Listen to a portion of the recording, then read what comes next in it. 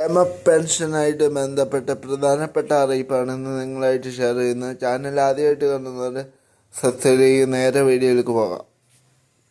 നമ്മുടെ കേരള സംസ്ഥാന സർക്കാർ ഈ മൂന്ന് മാസത്തെ കുടിശ്ശിക പെൻഷനായ 4,800 രൂപയാണ് ഇനി വിതരണം ചെയ്യാനുള്ളത്.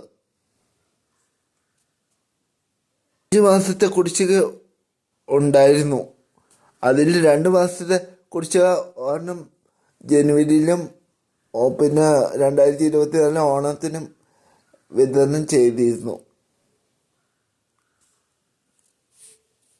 ഇനി കുടിശ്ശികയായിരുന്ന 4,800 രൂപ 3 മാസത്തെ കുടിശ്ശികയായിരുന്ന 4,800 രൂപ വിതരണം ചെയ്യുന്ന നടപടിയാണ് സർക്കാർ ആരംഭിക്കാൻ പോകുന്നത്.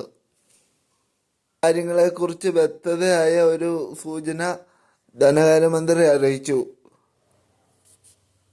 അടുത്ത കുടിശ്ശിക വിതരണം അടുത്ത സാമ്പത്തിക വർഷം ഏപ്രിൽ ആയിരിക്കും.